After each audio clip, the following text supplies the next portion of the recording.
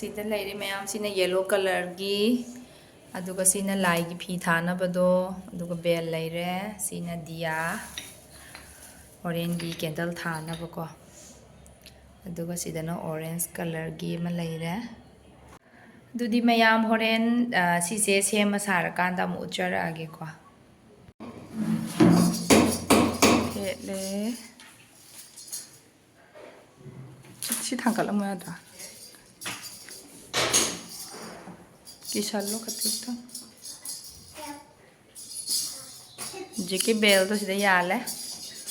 Le light ka titir ka ngala di fasaga tamni bells. Wah. Ito le bells yaman na sila le.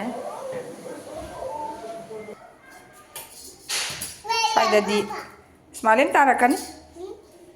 Ahan bagi demo ne demo. Horen atay tay mayama mathala ka pasan.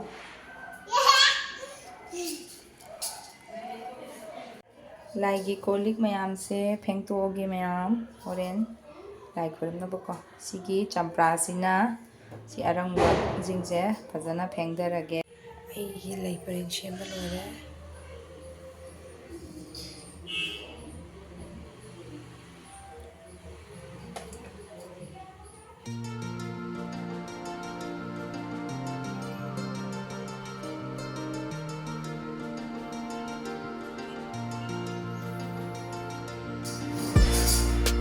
ngasi Luxmi Puja gi lai da Angamba khara Katchare arai bas faida apang ba khara katle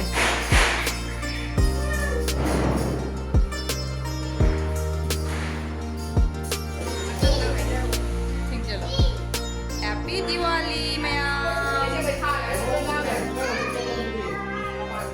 lai khorom ba loire ngasai ko lai khorom ba korpa pangam dress sinam se hona bada loira kan doi chare